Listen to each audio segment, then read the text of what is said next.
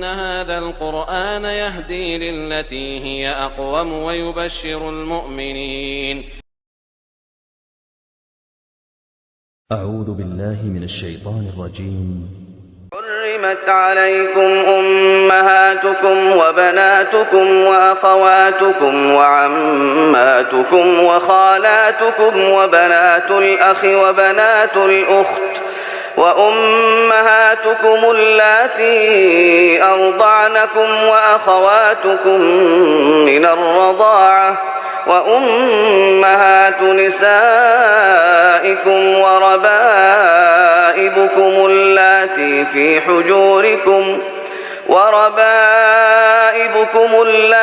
في حجوركم من نسائكم اللاتي دخلتم بهن، فإن لم تكونوا دخلتم بهن فلا جناح عليكم، وحلائل أبنائكم الذين من أصلابكم، وأن تجمعوا بين الأختين إلا ما قد سلف، إن الله كان غفورا رحيما.